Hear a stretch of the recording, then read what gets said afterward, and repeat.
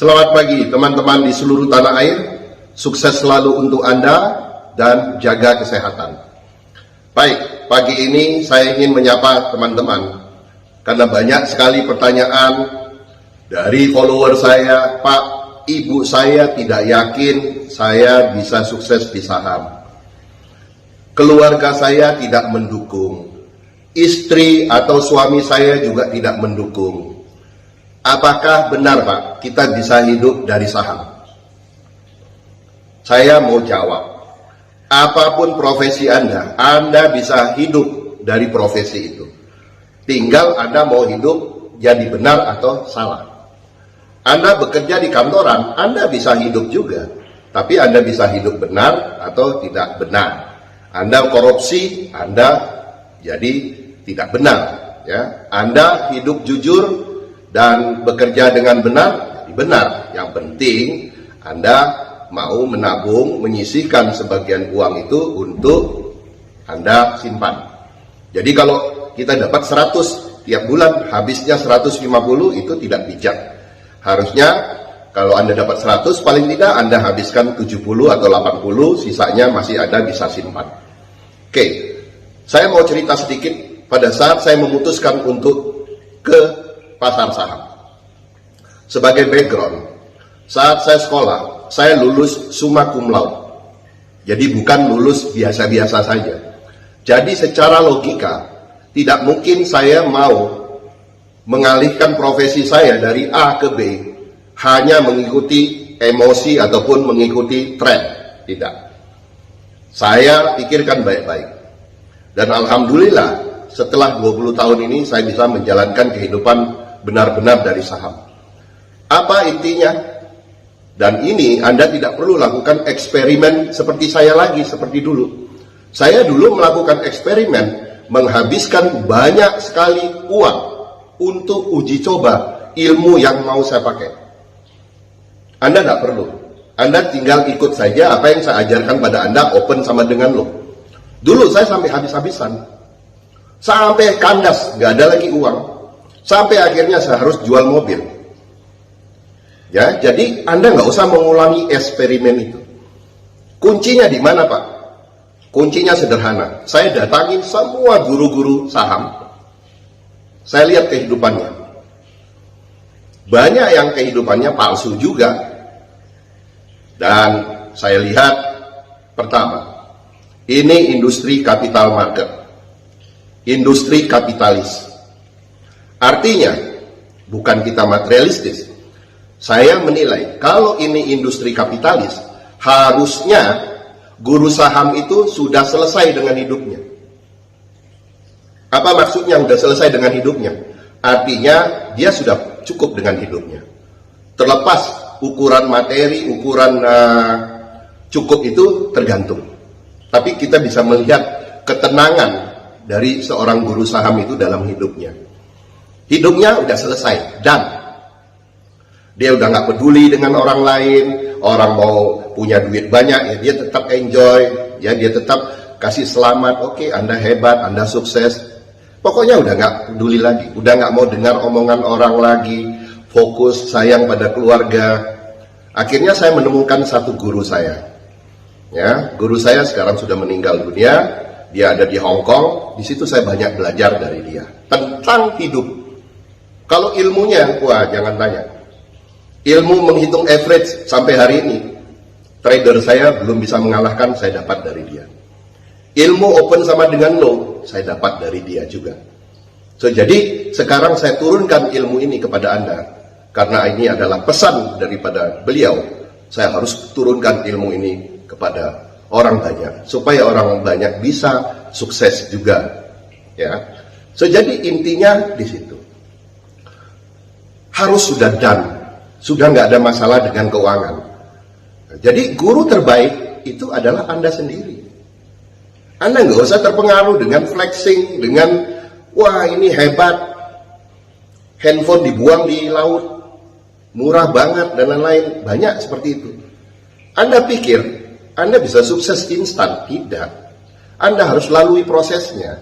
Anda harus belajar, giat belajar dan berlatih, baru Anda bisa. Saya senang melihat progres murid-murid saya yang sudah berlatih open sama dengan lo, dan mereka sekarang sudah punya duit ATM, setiap hari bisa ngambil ATM dengan ilmu itu. Nah, itu yang saya harapkan dari Anda semua. So, jadi stop mencari ilmu yang terlalu ribet.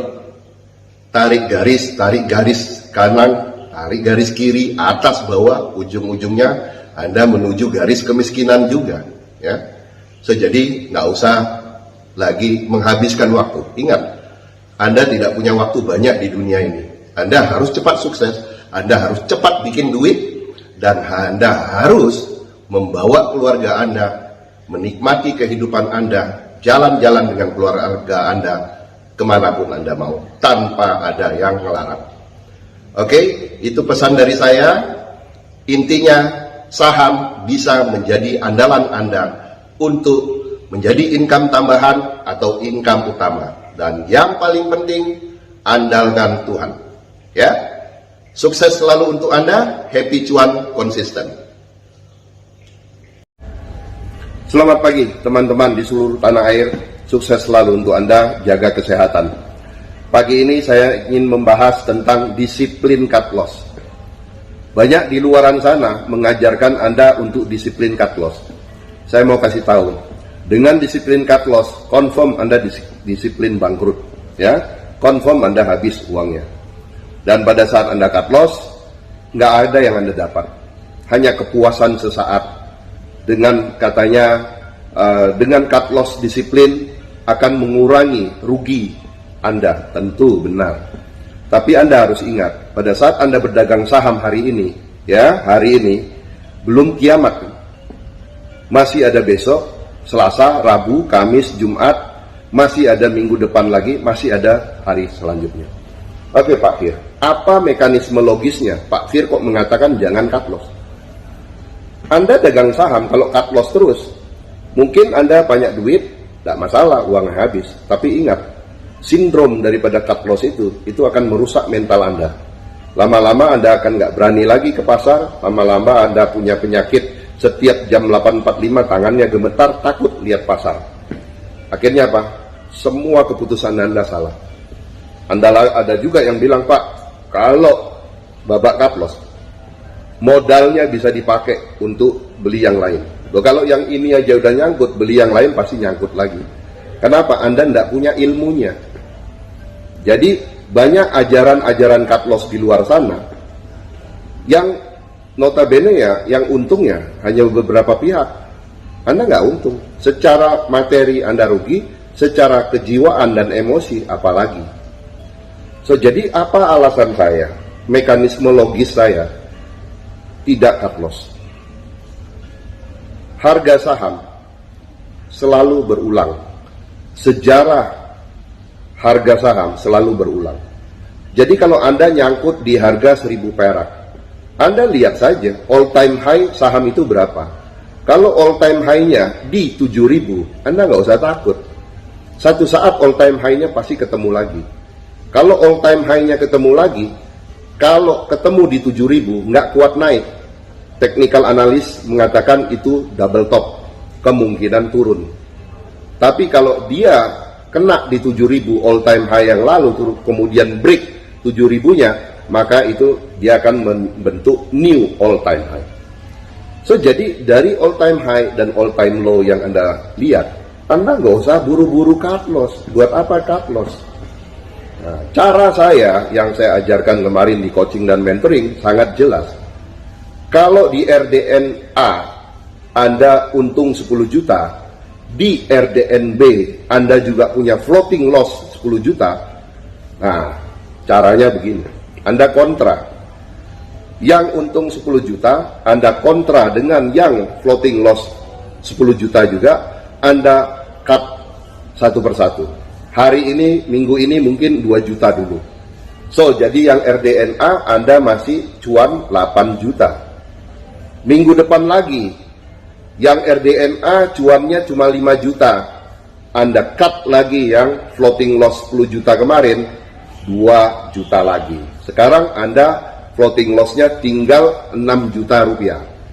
Nah, Kalau floating loss-nya 6 juta rupiah, Anda bisa save banyak sekali uang, dan pelan-pelan Anda bangun profitnya, buang yang loss, bangun profitnya, buang yang loss. Jadi begitu caranya.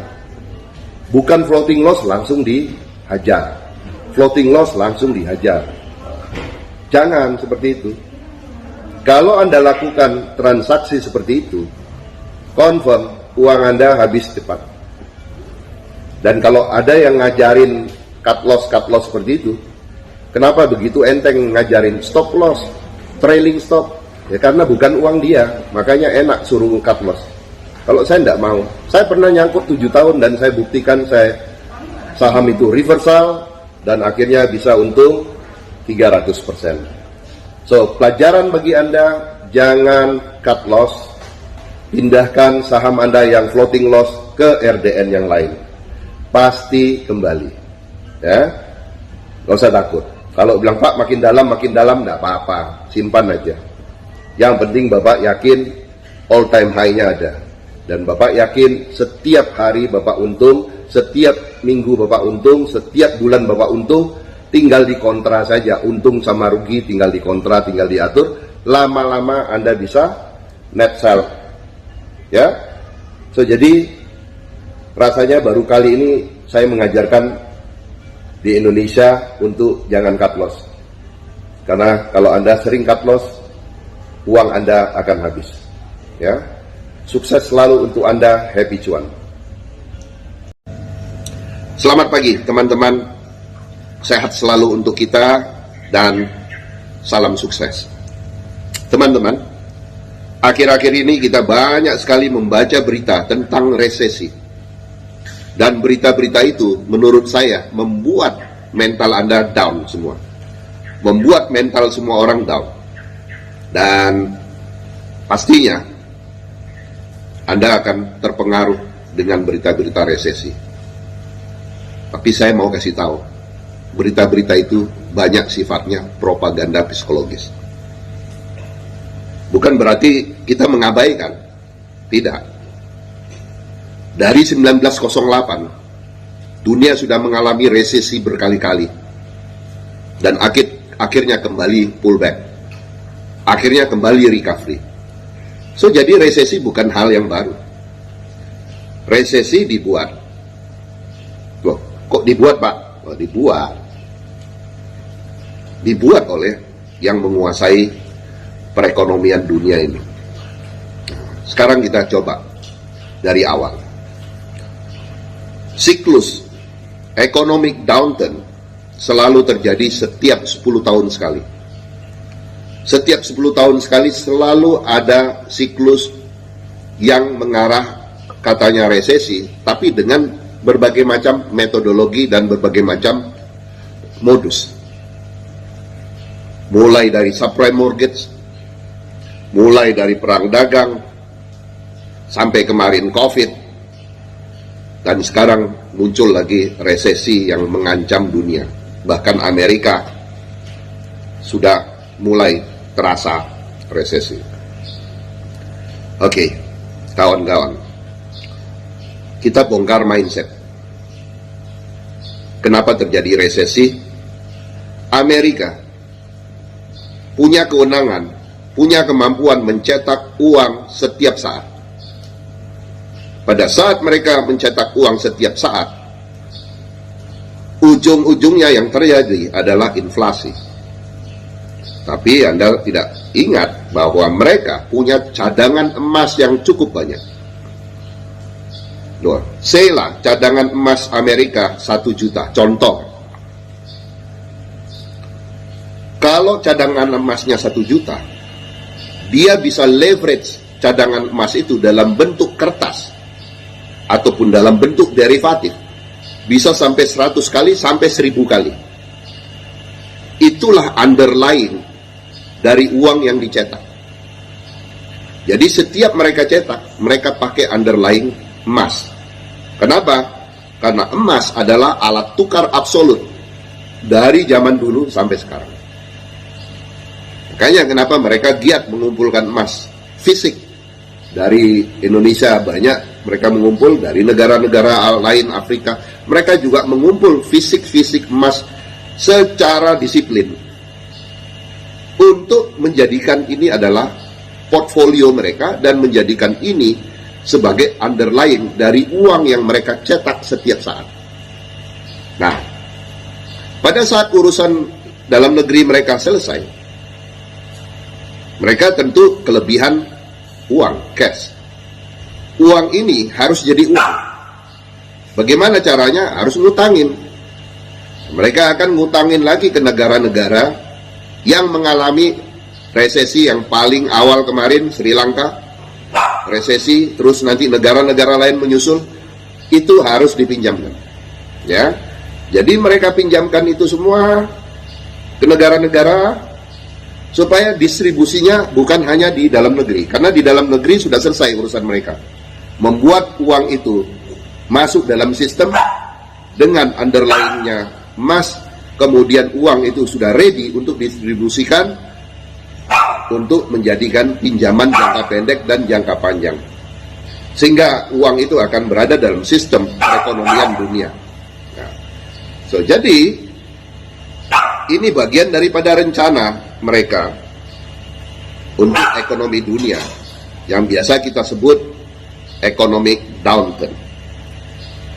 Sebagaimana kita sebagai trader menyikapi ini semua, relax saja. Saya mah relax. Saya udah mulai mempersiapkan cash, siapkan cash. Saham apa yang rontok saya beli. Semua saham blue chip rontok saya beli. Jadi Anda sebagai trader nggak usah khawatir. Nah, Anda yang uangnya pas-pasan juga nggak usah khawatir. Open sama dengan lo masih tetap berlaku. Dalam keadaan bearish, keadaan bullish, open sama dengan lo tetap berlaku. Jadi tidak ada yang perlu Anda khawatirkan. Makanya pesan saya, rajin-rajinlah menabung pada saat ekonomi membaik. Ya, makanya saya kasih nama anak saya itu Muhammad Yusuf, karena saya terinspirasi dari cerita Nabi Yusuf, bagaimana dia mempersiapkan masa paceklik dengan menabung, menyimpan bahan makanan dan lain-lain, persediaan untuk masa paceklik 7 tahun. Makanya saya banyak belajar, makanya saya suka nabung. Kenapa? Pada saat nanti resesi seperti ini datang, semua akan turun. Tapi Anda harus ingat, dari resesi ke resesi ada industri juga yang terus berkembang. Contoh, restoran, makanan nggak ada matinya. Dulu angkatan saya dulu tahun 98 resesi, ya, krismon istilahnya dulu, warung tenda buka di mana-mana, laku. Mobil, nah, sekarang Anda boleh cek indikatornya, Anda boleh cek di pasar mobil, harga mobil semua udah naik, gila. Harga mobil naik semua. Harga jam tangan mewah diperjualbelikan itu yang bekasnya udah naik semua. Tuh, fenomena apa? Nah, pertanyaannya, gimana resesinya? Karena ada orang yang memanfaatkan resesi itu untuk mengambil keuntungan juga. So, jadi jangan salahkan resesinya. Resesi selalu terjadi 10 tahun sekali. Ya, makanya di pasar komoditi oil and gas ada yang namanya future price. Jadi bukan hanya present value atau present price, future price-nya juga ada. Pasar komoditi future juga ada. So, jadi kalau kita sudah tahu modus yang dijalankan di muka bumi ini terhadap perekonomian dunia, kita harusnya sudah tahu dan harusnya rileks. Ya. Mereka yang menguasai perekonomian ini mendesain ini semua secara baik dan benar. So, saya belajar dari bangsa Yahudi. Mereka bilang, if you wanna cheat legally, Fear. Dia selalu pesan, Fear, if you wanna cheat legally. Ya, apa yang mereka lakukan? Anda boleh bilang, wah ini cheating, wah ini mengakali orang. No, it's legal. Kenapa Anda tergantung masih mau utang? Di Malaysia saya punya teman yang sangat mengharamkan dan sangat benci dengan Yahudi. Tapi di dompetnya saya lihat luar biasa, kartu kreditnya banyak sekali. Kita benci, tetapi kita pakai produknya. Nah, kalau kita benci, nggak suka, ini jangan pakai. Dan Anda harus tahu, orang Yahudi itu nggak punya utang. Orang Yahudi nggak pernah mau pakai kartu kredit. Kenapa? Dia yang bikin bank, dia yang bikin kartu kredit, dan yang lakukan. Karena dia tahu hutang itu nggak bagus. Jadi mulai hari ini, stop berhutang, banyak menabung. Oke? Sukses selalu untuk Anda, happy cuan konsisten. Selamat pagi teman-teman di seluruh tanah air. Sukses selalu untuk kita dan jaga kesehatan. Baik teman-teman, pagi ini alhamdulillah IHSG kembali hijau setelah kemarin memerah. Semoga Anda cuan hari ini. Oke, hari ini saya akan membahas tentang prospektus, ya. Prospektus, apa yang dimaksud dengan prospektus? Setiap perusahaan yang akan IPO, mereka menyiapkan prospektus ataupun rencana bisnis mereka ke depan. Looking forward statement. Biasanya yang mereka jual dalam prospektus ini adalah future value, ya. Future value dari sebuah perusahaan. Nah, kalau yang dijual future value, Anda harus belajar, ya. Jadi jangan dagang saham tapi mental penjudi. Cuma lihat naik turun, naik merasa kurang, turun maki-maki, nah itu mental penjudi. Anda nggak berkelas. Sebenarnya Anda nggak cocok di pasar saham. Kalau Anda punya mental kayak gitu, lebih baik Anda main judi togel aja, ya. Nggak berkelas. Sekali-sekali buka prospektus supaya Anda mengerti perusahaan itu future value-nya kemana. Nah, tentunya dalam mengejar future value mereka, dalam proses itu ada naik dan turun dalam bisnisnya. Apalagi sekarang kita kemarin baru melewati pandemi 2 tahun, semua bisnis kolaps. Dan sekarang mulai pelan-pelan bangun recovery. So, jadi Anda harus melihat kembali koreksi-koreksi yang dilakukan oleh emiten-emiten. Banyak sekali sekarang emiten setiap tahunnya mereka harus melakukan RUPS, dan banyak mereka sudah melakukan RUPS, dan ada yang melakukan juga RUPS LB untuk aksi korporasi yang sangat sifatnya urgent dan mendesak. So, apa saja yang ditulis di dalam prospektus ini, ya, kita lihat. Nanti Anda bisa download. Anda bisa download itu secara gratis di websitenya bursa di idx.co.id. Anda bisa download prospektus itu, ya. Jadi di dalam ini ada informasi tentang saham yang ditawarkan, penggunaan dana yang diperoleh dari hasil penawaran umum, ya.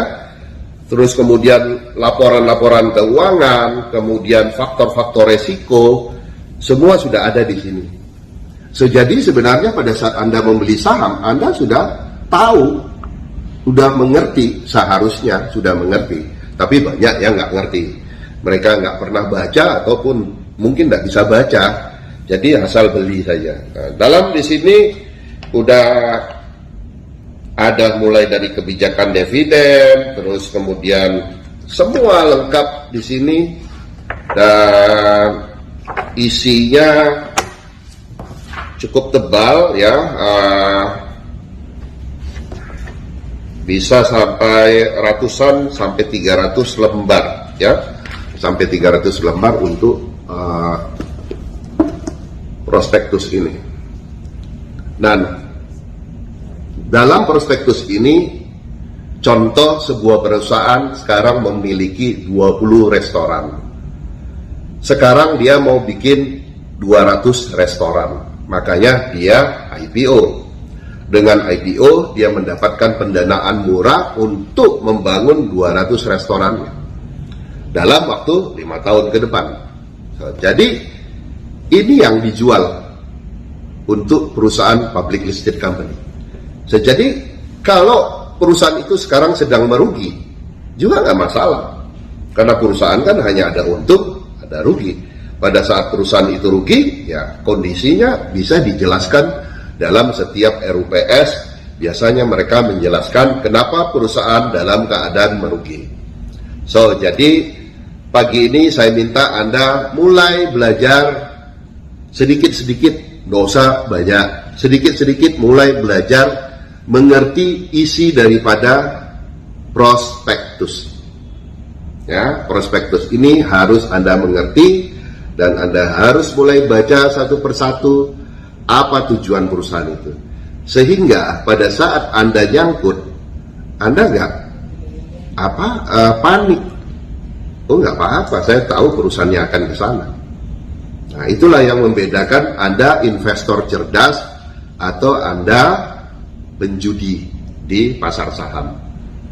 Oke, tingkatkan kemampuan skill Anda sebagai investor, baik di dalam trading maupun di dalam membaca fundamental perusahaan, supaya Anda naik kelas dan berkelas, ya. So, jadi jangan jadi penjudi seperti judi togel, ya. Ayo kita belajar. Sukses selalu untuk Anda. Happy cuan konsisten. Selamat pagi teman-teman di seluruh tanah air. Sukses selalu untuk kita. Jaga kesehatan. Teman-teman, ada pertanyaan dari satu follower yang bertanya seperti ini. Pak Fir, kalau semua di market itu jadi pencopet, atau bahasa halusnya scalper lah, jangan pencopet ya, siapa yang jadi korban? Nah, jawabnya sederhana. Yang jadi korban ya pencopet itu sendiri atau scalper itu sendiri. Jadi yang bisa selamat adalah yang bisa konsisten, disiplin untuk cuan. Yang tidak selamat ataupun menjadi korban orang yang tamak ataupun rakus. Jadi nggak usah mikirin siapa korbannya. Bisa saja Anda satu saat jadi korbannya. Karena apa? Terlalu confidence. Wah, sekarang udah untung 15%. Wah, terlalu confidence. Mungkin Anda merasa bisa untung 20%, 25%. Akhirnya Anda greedy, overconfidence, tamak, dan Anda sendirilah yang menjadi korbannya. Dan ingat pesan saya dari video-video sebelumnya, kalau masuk di capital market, masuk di pasar saham, jangan pernah berpikir Anda menjadi korban, jangan pernah berpikir Anda dizolimi, jangan. Ini fair play, ini marketplace. Setiap orang bisa berdagang di sini, setiap orang bisa untung, setiap orang bisa buntung. Jadi jangan kalau Anda lagi buntung, Anda bilang Anda korban. Anda lagi kalah, Anda bilang Anda dizolimi. Jangan, itu mental cengeng, mental forward, mental pengecut. Mental itu nggak akan bertahan lama di industri ini. Ingat pesan saya kemarin di Makassar, apa bedanya saham dengan kehidupan? Sama. Dalam kehidupan Anda harus punya mental yang kuat. Dalam pasar saham Anda juga harus punya mental yang kuat. Jadi intinya adalah mental. Jaga mental Anda, bangun mental Anda, bangun mental petarung, mental pejuang, mental pemenang, baik dalam saham maupun dalam kehidupan. Jadi ibu saya mengajarkan kepada saya untuk hidup. Berjuanglah kamu nak, jangankan kalah kamu, seri aja kalau bisa jangan mau, ya jangankan kalah, seri aja jangan mau. Jadi dengan mental itu saya berusaha keluar sebagai pemenang dalam segala bentuk masalah ataupun cobaan dalam hidup ini. Jadi Anda tidak coward, tidak pengecut dalam hidup ini, ya. Jadi ingat pesan saya, mental, bangun mental Anda, mental petarung, mental pemenang, mental positif. Dengan itu insya Allah kamu akan sukses. Sukses selalu untuk Anda, happy cuan konsisten. Selamat pagi teman-teman di seluruh tanah air, sukses selalu untuk kita. jaga kesehatan. Baik, saya ada beberapa pertanyaan mengenai right issue. Ada satu saham tertentu yang right issue. Pertanyaannya, Pak, kok setelah right issue harganya jatuh? Oke, pertama kita lihat dulu kenapa perusahaan melakukan right issue. Oke, right issue adalah satu aksi korporasi dari sebuah perusahaan untuk menerbitkan saham baru lagi lalu dijual ke publik. Jadi sebenarnya sama dengan IPO kedua, ya, seri 2 lah ceritanya. Jadi setelah IPO mereka 8 bulan boleh melakukan right issue lagi, menerbitkan saham baru kemudian menjualnya ke publik. Nah, right issue biasanya kita lihat rasionya. Ada yang rasionya 1 saham lama dapat 3 saham baru, atau 10 saham lama dapat 9 saham baru. Tergantung emiten mau kasih sweetenernya seperti apa. Tapi yang menarik adalah 1 saham lama dapat 3 saham baru, atau 1 saham lama dapat 5 saham baru. Nah, artinya Anda dapat bonus. Kalau Anda punya 1 saham lama dapat 10 saham baru, itu bonus. Dan bagi Anda pemegang saham ataupun investor yang saat ini memiliki saham tersebut, right issue adalah hak, bukan kewajiban. So, jadi Anda tidak berkewajiban menebus saham tersebut. Enggak, Anda nggak berkewajiban. Anda boleh jual. Ada masanya dalam exercise tersebut Anda bisa menjual saham itu. Dan biasanya dalam 3 hari itu terjadi perdagangan. Dan Anda nggak usah berharap untungnya terlalu gede, nggak usah. Yang penting bidnya ada, jual. Bidnya ada, jual. Jadi lumayan kalau Anda sekarang punya bonus saham right issue 10 juta, terus Anda jual ternyata laku hanya 4 juta, 5 juta, oke lah. Namanya juga bonus, ya. Nggak usah mikir panjang. Nah, kacamata emiten, kenapa habis right issue harganya jatuh? Jadi ini, mereka mau pada saat right issue yang membeli saham-saham mereka adalah equity partner, bukan spekulan. Jadi masa udah dikasih bonus, Anda jual dapat duit, terus Anda beli lagi, terus setelah right issue terbang, terus Anda jual lagi. Enak sekali, ya. Artinya saat right issue, emiten sebenarnya mencari equity partner, bukan spekulan. Dia mencari siapa yang mau stay longer dengan mereka dan bersama-sama mengejar business plan ataupun impian yang mereka mau kejar bersama-sama. So, jadi nggak usah heran kalau habis IPO harganya jatuh, ya Anda saja yang ekspektasinya berlebihan. So, jadi dengan video ini sekarang Anda mengerti bahwa right issue bagi kacamata emiten, mereka mencari equity partner, bukan spekulan. Dari kacamata Anda sebagai investor, right issue adalah hak, bukan kewajiban. Anda tidak berkewajiban menebus. Ingat, Anda tidak berkewajiban menebus. Jadi Anda boleh jual. Tapi setelah jual, jangan Anda culas. Anda beli lagi, oh ini kalau habis right issue terbang, saya jual lagi. Jangan pernah berpikir seperti itu. Oke? Di industri capital market, bukan kumpulan orang idiot. Ya, kumpulan orang pintar. Kata orang Papua, siapa tipu siapa. Jadi nggak mungkin Anda punya strategi seperti itu bisa selamat. Oke, sukses selalu untuk Anda. Happy cuan konsisten. Selamat pagi teman-teman di seluruh tanah air. Sukses selalu untuk kita jaga kesehatan.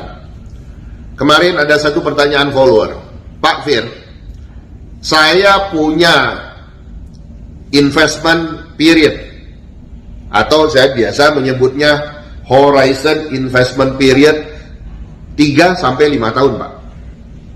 Oke? Sekarang, saham yang saya beli itu udah untung 135%. Menurut Pak Fir, saya jual atau tahan? Ya, itu pertanyaan bagus. Oke, jawabnya begini. Setiap Anda punya strategi, pasti Anda sudah punya aturan ataupun yang Anda sepakati. Ya, kalau investment aturannya seperti ini. Kalau trading, scalping, aturannya seperti ini juga. Jadi semuanya pasti sudah Anda siapkan aturannya, semacam SOP-nya bagi Anda sendiri. Nah, kalau saya membuat saham-saham dalam kategori investing, biasanya horizon periodnya saya bagi 3-5 tahun. Itu untuk yang mid term, ya, dan long term. Tapi yang untuk jangka waktu dekat sekali bisa juga kita sebut investment. Jadi kalau kita punya horizon investment period itu 3 tahun, kemudian belum 3 tahun dia udah dapat 135. Kalau saya jadi Anda, saya jual. Saya jual. Karena bagi saya return on investment sudah di atas 100% itu jangan pikir panjang, Anda jual. Di Amerika, di Eropa, orang bisa cuan 3,5% sampai 5% setahun. Mereka udah dibilang hebat. Itu fund manager yang bisa buat return 3,5 sampai 5% setahun. Itu udah pakai dasi kupu-kupu, ya. Ngomongnya udah kayak beda. Udah kayak hebat. Jadi 3,5 sampai 5% horizon investment period 1 tahun saja orang udah jual. Apalagi Anda sudah untung 100%. Jadi yang dilihat itu dalam investasi itu return on investment in percentage, bukan value-nya. Value itu relatif. Kalau Anda modal 1M, 135%, Anda sudah dapat 1M lebih untung. Jual enggak? Ya jual. Ya enggak? Masa modal 1M dikasih 1M nggak mau jual? Kalau saya langsung saya jual. Gimana modal 100 juta? Pasti sudah untung 100 juta lebih juga. Karena udah 135%. Nah, problemnya ya modalnya cuma 1 juta. Jadi untungnya juga 1 juta. Kurang, Pak. Ya kurang, karena apa? Anda nggak pernah bersyukur. Coba cari di got 1 juta, ada nggak? Duit 1 juta dalam got, duit 1 juta di trotoar, keliling coba, ada nggak duit 1 juta? Nggak mungkin ada. Kalaupun ada juga udah disapu bersih sama pemulung ataupun orang yang lewat pasti udah disapu bersih. Jadi jangan pikir panjang. Problemnya Anda nggak bersyukur, udah untung 135 Anda nggak jual. Nanti kalau udah minus, ngamuk-ngamuk. Ya itulah problem klasik yang ada di dalam pasar saham itu seperti itu.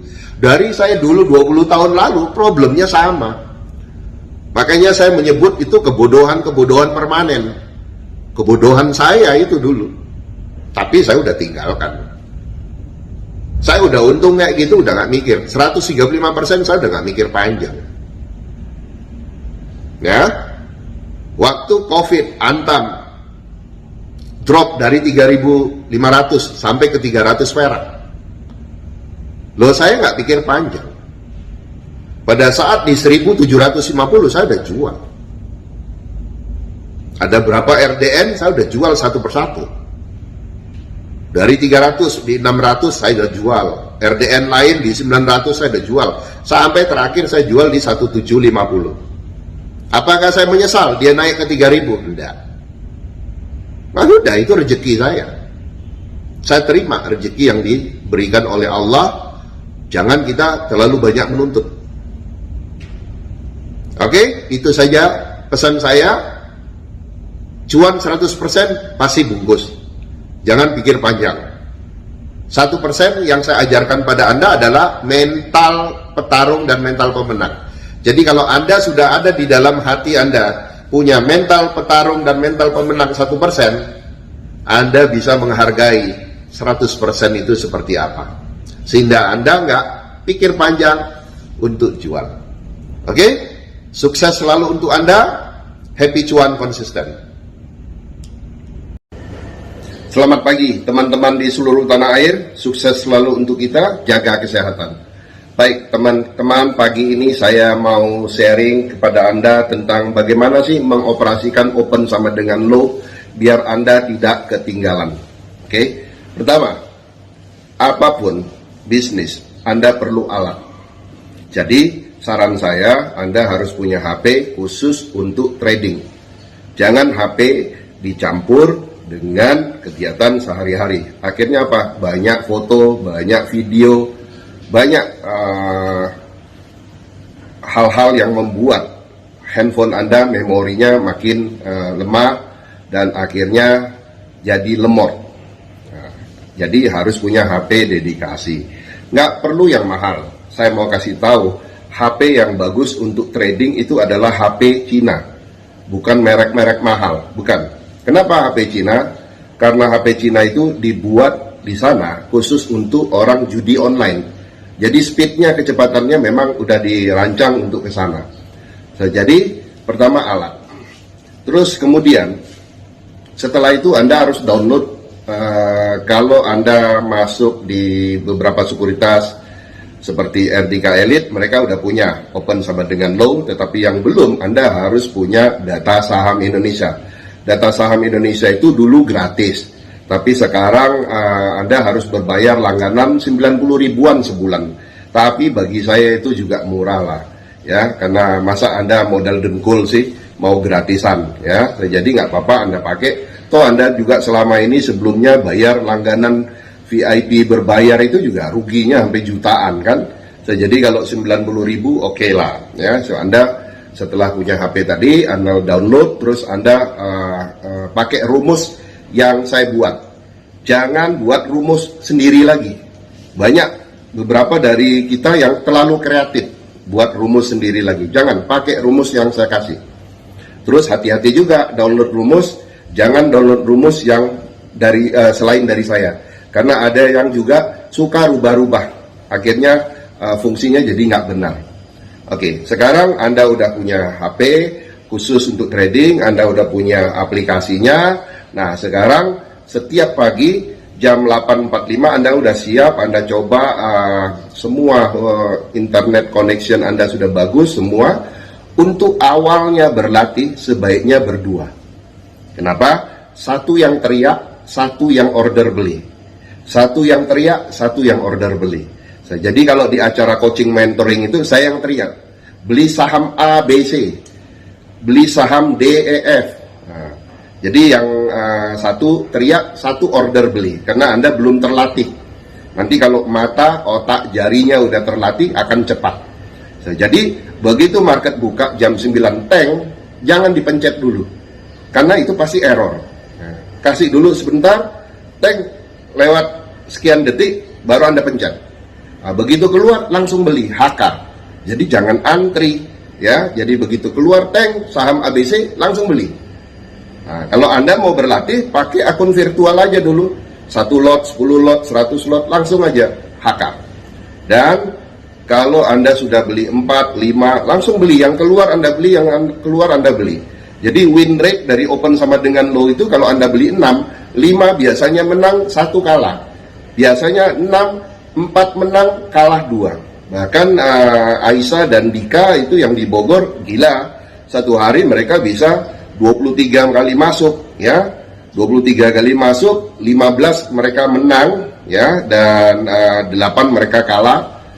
kadang 5 mereka kalah, jadi selalu win rate-nya selalu lebih banyak yang menang daripada yang kalah. Jadi itu caranya. Anda mulai berlatih dengan virtual account dan pastikan trading open sama dengan low itu hanya 30 menit. Setelah 30 menit Anda udah harus exit. Untung 1%, 2%, 3%, Anda udah harus exit. Kayak kemarin waktu saya latihan sama Aziz, Aziz disiplin, masuk di keras, udah untung 2,5%, dia jual. Walaupun setelah itu terbang jadi 7%. Nggak apa-apa. Lama-lama Anda akan mahir, dan lama-lama Anda akan paham saham itu. Akhirnya Anda tahu saham itu pergerakannya, rentangnya di berapa persen. Ya, jadi semudah itu open sama dengan low. Dan kalau Anda berlatih, Anda bisa punya ATM mesin dan Anda bisa punya keyakinan yang mandiri dalam bertransaksi saham. Anda udah nggak tergantung lagi pada siapa. Ingat pesan saya, guru terbaik kita adalah diri kita sendiri. Oke? Selamat berlatih, sukses selalu untuk Anda, happy cuan konsisten. Selamat pagi teman-teman di seluruh tanah air. Sukses selalu untuk kita, jaga kesehatan. Pagi ini saya akan membahas tentang investasi bodong dan bujuk rayu di dunia. Kita selalu terbujuk dengan ajakan apabila cuannya gede. Investasi A, B, C dapat sekian. Anda tertarik? Banyak sekali yang tertipu dalam investasi bodong. Yang membuat mereka tertipu adalah iming-iming dari investasi. Sama di saham juga gitu. Anda belajar saham, guru saham yang mengajari Anda dengan iming-iming ilmunya bisa dapat untung gede, pasti Anda akan terpengaruh dan ikut. Tapi kalau Anda coba bongkar lagi pakai logika yang benar, Anda akan sadar bahwa semua iming-iming itu adalah tipu daya muslihat di dalam dunia investasi, khususnya dunia pasar modal, dunia capital market. Karena triggernya ataupun investment driver yang membuat secara psikologis Anda tertarik nafsu itu untung gede. Contoh sederhana, ada yang menawarkan perkebunan kurma. Loh, Anda tertarik, satu petak sekian, hasilnya sekian, Anda invest. Kalau Anda pakai logika, kurma itu hanya bisa tumbuh di Timur Tengah kan? Kenapa? Di rumah saya, yang di daerah Cibubur, itu saya punya rumah, itu saya tanamin kurma. Oh, itu lebatnya minta ampun, buahnya sampai jatuh ke tanah, tapi gagal matang. Buahnya selalu gagal matang. Kenapa? Sepertinya kurang panas, temperaturnya tidak cocok. Lalu ada orang nanam kurma di Bogor yang dingin, terus Anda percaya? Kira-kira logikanya masuk? Nggak masuk. Nggak masuk. So, jadi orang tertipu karena iming-iming. Nah, kita belajar ya, setiap hari belajar. Anda yang masih muda mungkin belum punya banyak pengalaman, tapi lama-lama Anda akan coba. Orang menawarkan penggandaan uang. Loh, kalau dia bisa menggandakan uang, kenapa dia nggak gandakan dan dia jadi milioner, bilioner, dan menggantikan Bill Gates? Karena dia bisa cetak uang. Kan tidak juga. Kalau dia mengatakan bahwa dia trader sukses triliunan rupiah, masih buka kelas 2,5 juta, Anda percaya? Terus ngomong, ilmu mahal, jadi harus bayar. Berarti manusia seperti apa yang katanya sudah punya duit triliunan, kok masih cari duit receh? Duit receh harusnya kan berbagi ilmu, bukannya malah nyari duit receh. Nah, yang kayak gitu ada di masyarakat banyak yang gitu, dan itu banyak pengikutnya. jongos-jongosnya tuh banyak. Nah, kalau seperti saya benar-benar memberikan ilmu gratis karena nggak ada tendensi apa-apa. Satu, saya nggak perlu follower. Saya kemarin diminta satu perusahaan asing di Australia untuk endorse mereka punya produk, itu dibayar satu video saya $500. Bahkan saya tidak mau, ditawarin lagi sampai $1.000 per video. Kalau saya hitung-hitungan, waduh, udah dapat banyak saya. Tapi saya hitung-hitung, kok kayaknya nggak kelas gitu loh. Seorang Vera Abdul Jamal mau dibayar $1.000 per video, bukan kelas saya. Dan bukannya saya nggak suka duit, cuma saya udah membatasi. Karena duit itu sama seperti minum air laut, makin kita minum makin haus. Jadi saya nggak mau. Tapi kalau ada mobil,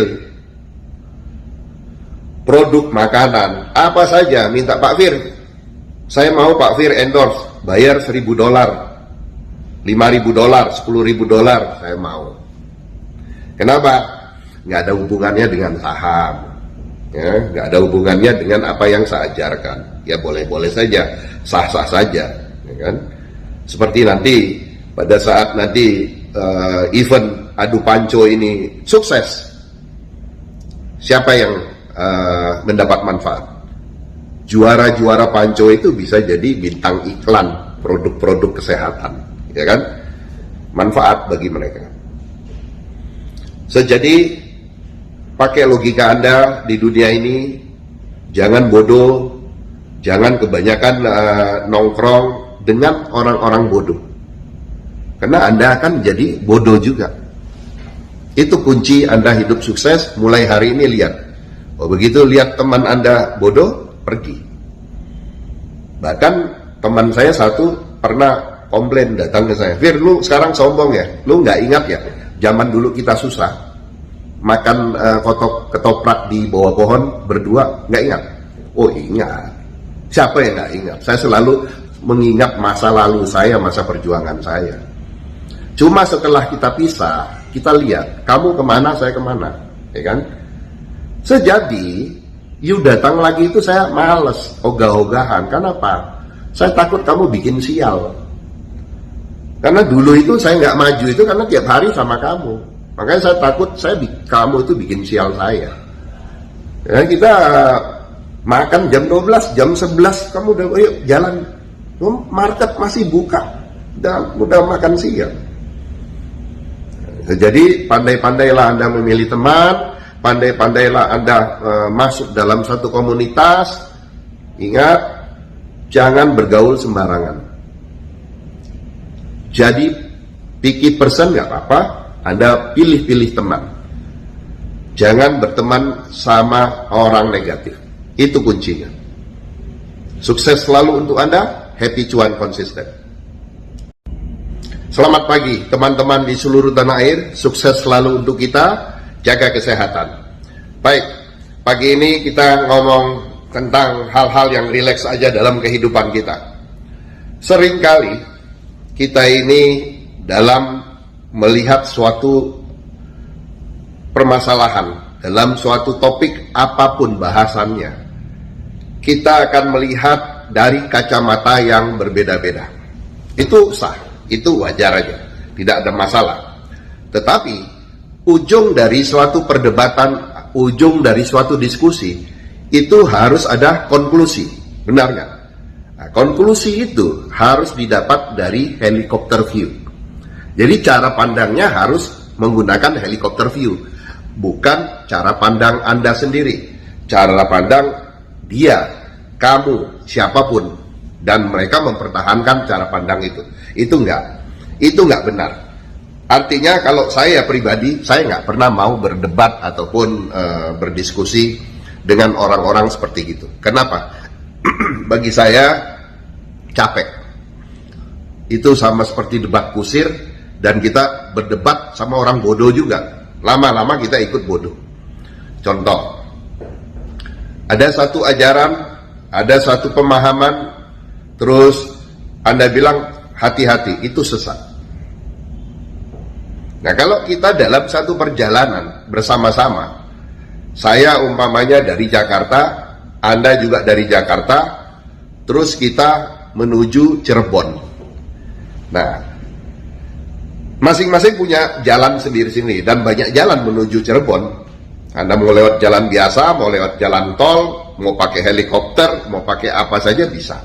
Masing-masing punya moda transportasi. Nah, dalam perjalanan Anda bisa mengatakan si A, si B, si C itu sesat. Padahal Anda sendiri belum sampai. Sama-sama nih dalam perjalanan. Anda bilang, oh kamu sesat nih. Kamu sesat. Terus saya tanya, kamu udah sampai? Belum. Nah, ini kan hal-hal yang seperti ini sering kita alami. Kamu sesat, tapi dia sendiri juga sedang berjalan beriringan sama-sama dengan kita jalan menuju Cirebon. Dan dia sendiri belum sampai. Kecuali kalau dia sudah sampai. Nih lihat nih, kalau kamu ikut jalan saya, ternyata hanya 1,5 jam, 2 jam saya sudah sampai. Fotoin, nih saya sudah sampai Cirebon dan saya sekarang sedang makan. Itu baru namanya benar. Nah, tapi Anda sendiri belum sampai, Anda sendiri tidak bisa menunjukkan Anda sudah sampai, terus Anda bilang orang lain sesat. Itu hal-hal yang kayak begitu sering kita alami. Nah, contoh, saya hari ini bicara tentang potong kuku. Saya dapat pelajaran itu dari orang tua saya. Saya jalankan dan saya taat.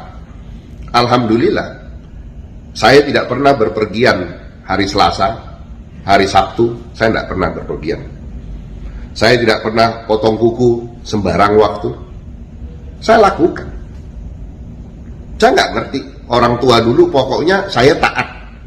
Apa yang dikatakan taat. Saya nggak mencari itu hadis palsu ke, hadis asli ke, apa ke, pendapat siapa, saya enggak. Kenapa? Begitu orang tua saya katakan, begitu guru saya katakan, saya lakukan. Saya taat, saya lakukan. Itu hidup. Tapi banyak dari kita juga suka berdebat. Kalau saya sederhana, kalau Anda punya duit 1 triliun dan Anda kukunya panjang, nggak dipotong-potong, dan Anda bilang saya potong setiap hari apa aja saya suka. Saya pengen belajar kok Anda bisa punya duit 1 triliun. Itu ilmunya. Tapi kalau Anda punya duit 1 triliun pun tidak barokah, saya juga nggak mau belajar. Buat apa?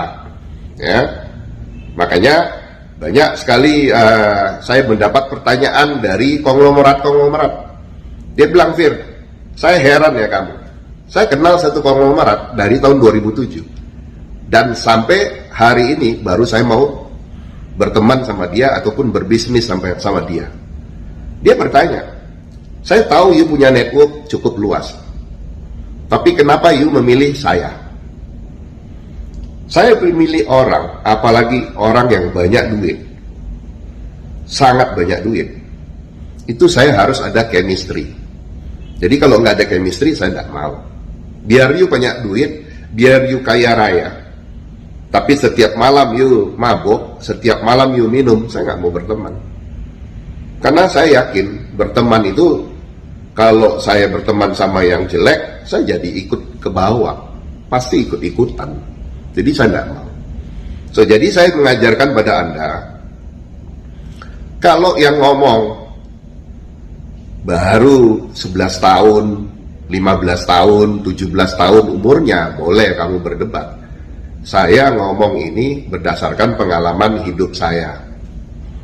Contoh, saya tidak pernah mau pergi hari Sabtu. Naik pesawat hari Sabtu, berpergian hari Sabtu, saya tidak mau.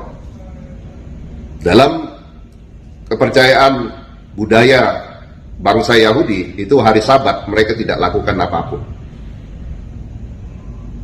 Saya pernah satu saat berangkat hari Sabtu, dan ternyata sekretaris saya lupa, dia salah membuat jadwal saya Sabtu. Istri saya langsung membatalkan pesawat saya Sabtu dan dirubah menjadi hari Senin. Anda tahu kejadian hari Sabtu? Itulah kejadian hilangnya pesawat Malaysian Airlines. Kalau saya ikut berangkat hari Sabtu itu, saya ikut hilang. Nah, tapi kalau orang yang suka berdebat, nah itu kan kebetulan aja Pak Firly, ya biasa. Saya kasih challenge saja. Kenapa tahajud tengah malam, bukan siang bolong? Kalau setiap hari, setiap jam itu baik. Itu sederhana, itu aja, jawab aja. Nah, jadi belajarlah dari semua apa yang baik-baik kita pelajari. Toh yang nggak baik aja Anda cepat mau belajar. Coba kalau diajak minum, diajak main perempuan, itu kan nggak bagus. Tapi kenapa Anda cepat mau ikut? Nah, kenapa yang baik-baik Anda nggak mau ikut? Sama seperti di saham. Saya mengajarkan yang baik, nggak ada yang mau ikut. Lebih senang yang nggak baik itu.